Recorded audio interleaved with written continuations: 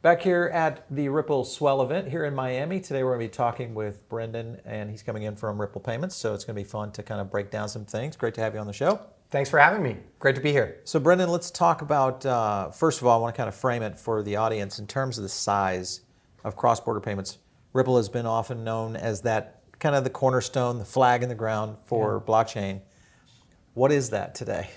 You know, the size of cross-border payments is unfathomably massive. In terms of value moving across borders, you've seen statistics pointed to $56 trillion of value moved across borders annually.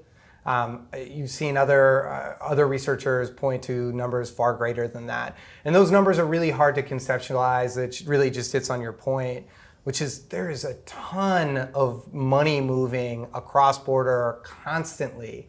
And so this is an area which is an obvious insertion point of really trying to make a difference. SWIFT, of course, has been pretty much the king of the hill when it comes to cross-border payments. You're making this much, you meaning Ripple, making this much more approachable by businesses, individuals, the retail consumer, but also the entities that currently use SWIFT as well. When you look at that framework, do you feel like Ripple is poised to kind of really become the de facto cross-border payment company? I certainly hope so. And if I didn't, I really wouldn't be here. Yeah. I have a strong belief in the value that we're providing to customers. And that's how I think we get to the answer to your question. De facto becomes, are we solving problems at scale in a way that's really differentiated? And I feel like we absolutely are. And when you think about SWIFT, which is what you anchored the question on, that was technology developed in the 60s, right, specifically for a limited subset of customers. These were very large banks. When you think about who that was not developed for, is everyone else. And so there's such a significant opportunity just looking at the underserved. Underserved includes banks, includes smaller banks who have difficulties establishing, setting up, and actually creating a correspondent network of their own. It includes large enterprise customers.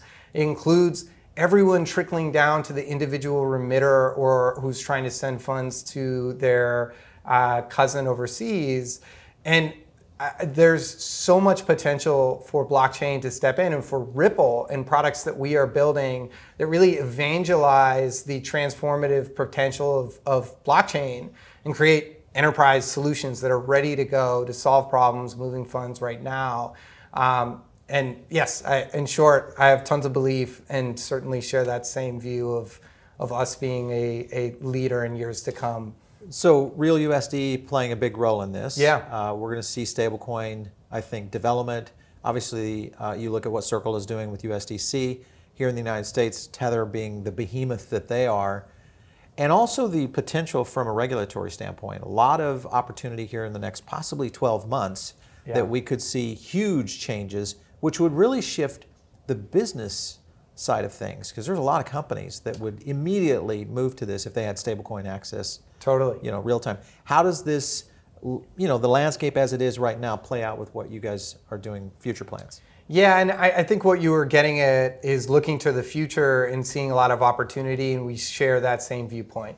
So regardless of what you look at, there's a lot of forecasts that project this market is growing and growing tremendously quickly. There are a lot of catalysts for that. You pointed to regulation or just institutional comfort more broadly. But regardless of that catalyst, this market is growing and there's a lot of opportunity. We view ourselves as having a place in really coming to market with a trusted and compliant fiat-backed US dollar stablecoin that's issued on the XRPL as well as the Ethereum Ledger. And some of the opportunities that we're seeing more tangibly today are there's a lot of assets that are being tokenized and brought on chain. But for the transformative potential of real-world asset tokenization to really take off, you need an enterprise-grade stablecoin that is liquid for that to really add value to consumers, whether that's a tokenized investment vehicle or similar. And that's where we think that we can add a lot of value within the market, is just bringing more liquidity to enterprise-grade, trusted, compliant stablecoins. What would Ripple be doing to possibly lower fees in the future?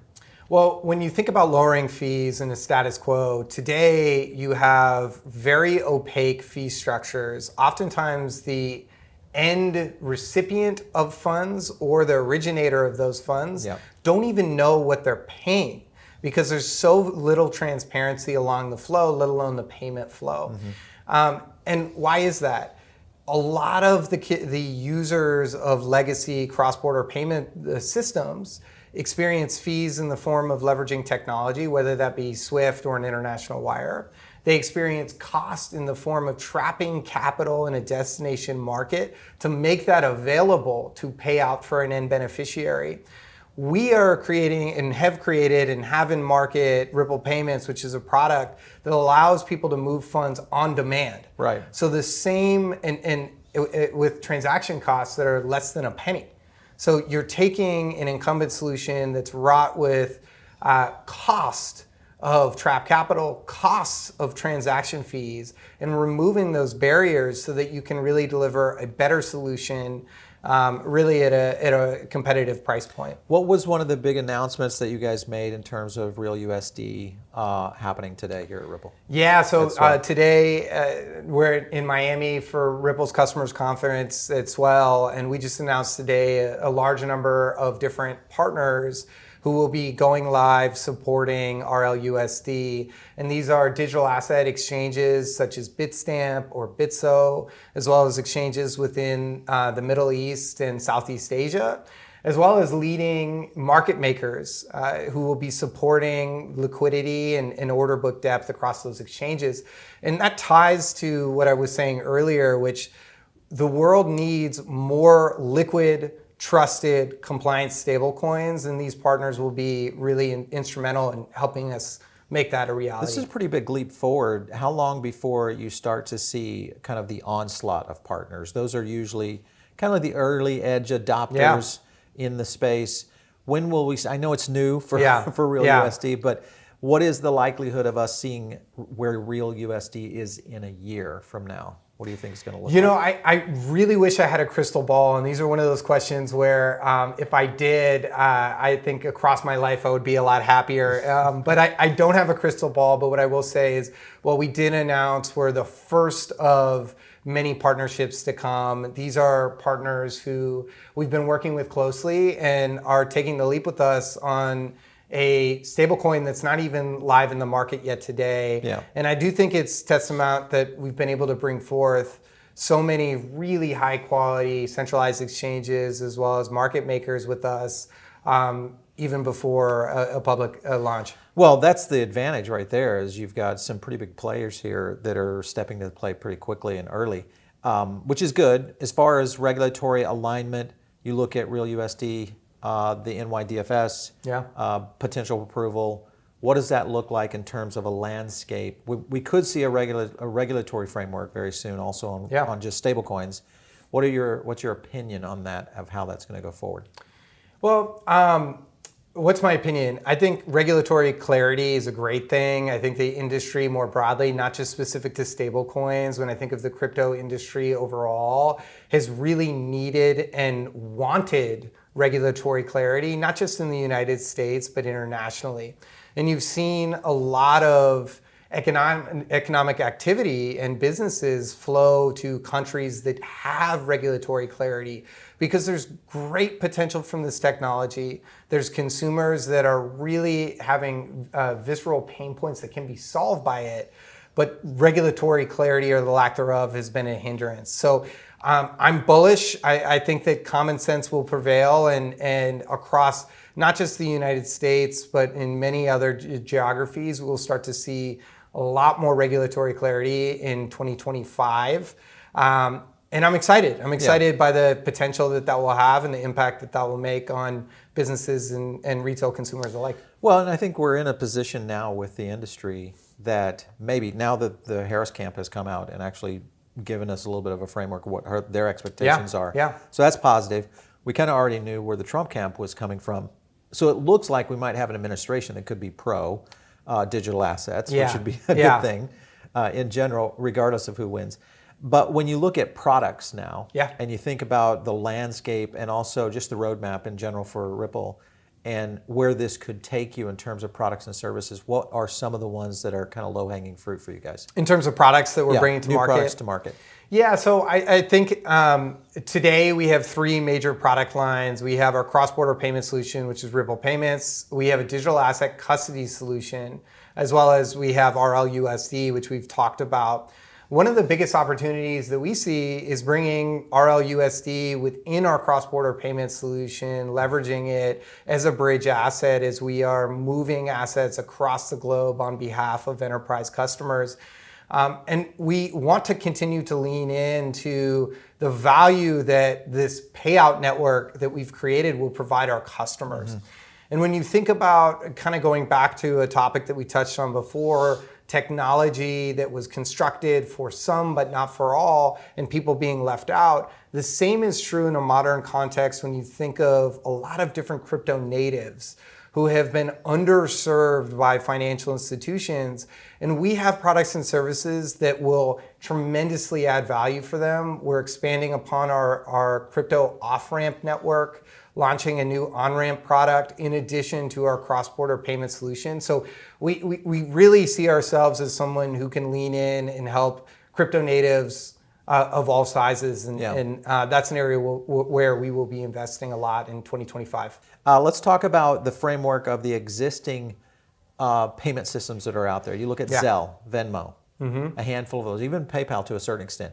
How does Ripple's Real USD and what you're doing in cross-border payments, really bringing it down to use case, going to affect those kinds of companies? Do you feel like this is going to be a competitive landscape or something else? Yeah, so when I think about the companies that you mentioned, most of them are really servicing P2P, peer-to-peer payments within a single country. Right. And that's not the space where we play. We mentioned starting looking at how big cross-border payments is. That's our focus. The $56+ trillion that are moving across border every year. It's a massive space. There's certainly a lot of opportunity for many participants in that space. And where we are adding value is when a business, whether that be a bank or crypto native, needs to move funds across border, they can do so using our product and have funds move in real time, moving 24/7, 365, having them settle instantly and then paid out an end beneficiary in ways that, quite frankly, they can't access that same sort of value proposition today, whether that be either through being forced to leverage legacy technology, which settles in a matter of business days, not days, not minutes, limited to banking hours, or they're just, quite frankly, having difficulty finding partners that will serve them, which is the case with many crypto natives today. Well, that's getting to be a big problem too, just what we've seen around Operation Choke Point, but also in general, globally, it is getting a little bit more friendly, I would say. At least in the last 12 months, we've seen a little bit more open up. But I think that's still going to be a huge market opportunity. Let's talk about roadmap and the impact from XRPL and how it all plays into what your strategy is. Yeah, so starting with the XRPL, I mean, that's really the foundation for everything. The XRPL was built as a protocol and a ledger that moves value, whether that be XRP or a tokenized asset on the ledger, in a very low cost, high efficient manner. And from a blockchain or foundational technology perspective, it's best in class. So we built our product on top of the ledger. We leverage XRPL assets, whether that be XRP or RLUSD in our flow, such that we can move, allow us to facilitate a payment across borders in real time. And that's all made possible because of the quality and the functionality of the XRPL. Very nice, Brendan Barry. Great to have you on. Yeah, thank you. Head of Payments over at Ripple. You guys make sure and stay tuned right here. We've got a couple more interviews that we'll be bringing to you directly from Swell 2024. And we'll catch you soon right here on TechBath.